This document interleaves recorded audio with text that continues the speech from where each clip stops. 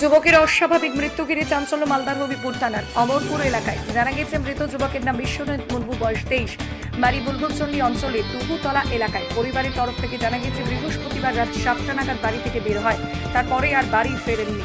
প্রায় রাত্রি 3টে নাগাদ খবর আসে হবিপুর এলাকায় আম গাছের নিচে বিশ্বনাথের মৃতদেহ পড়ে আছে, তবে তার গলায় আঘাতের চিহ্ন আছে। পরিবারের দাবি তাকে মেরে ফেলে রাখা হয়েছে। অমরপুর এলাকার একটি মহিলার সাথে প্রেমের সম্পর্ক থাকায় গতকাল বাড়ি থেকে বেরিয়ে ওই মহিলার বাড়ি গিয়েছিল, কিন্তু রাত হয়ে গেল আর বাড়ি ফেরেনি। যে মহিলার সাথে তার প্রেমের সম্পর্ক ছিল তার বাড়ির পিছন থেকেই মৃতদেহ উদ্ধার হয়। ঘটনার খবর পেয়ে ঘটনাস্থলে পৌঁছায় হবিপুর থানার পুলিশ। এই মেয়েটির বাড়িতে যেতে গেলে বাড়ি ছেড়ে পালিয়েছে। এদিকে মৃত যুবকের পরিবারের তরফ থেকে অভিযোগ বিশ্বনাথকে শ্বাসরোধ করে মেরে ফেলা হয়েছে। এই মহিলার সাথে বিশ্বনাথ ছাড়াও আরও কয়েকজনের সাথে সম্পর্ক ছিল। ঘটনার পর ওই মহিলা গা ঢাকা দিয়েছে। পরিবারের তরফ থেকে পুলিশের কাছে আবেদন করা হয়েছে দোষীদের গ্রেফতার করে আইনত ব্যবস্থা নেওয়া হোক।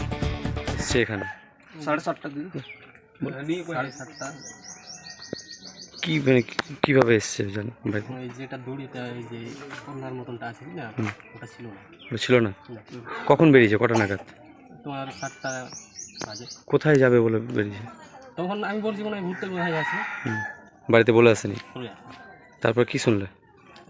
2টার সময় এখান থেকে গেলো, তারপরে বলছে যে এখানে ফাঁসি দিয়ে মরেছে। রাতে 2টা? হ্যাঁ, তবে তো জানালো, কারা জানালো? এখন বাড়িতে গেছে। ও, এখান থেকে? হ্যাঁ, আচ্ছা, তোমার নাম? ওই যে কে হয় তোমার? ভাই। আচ্ছা।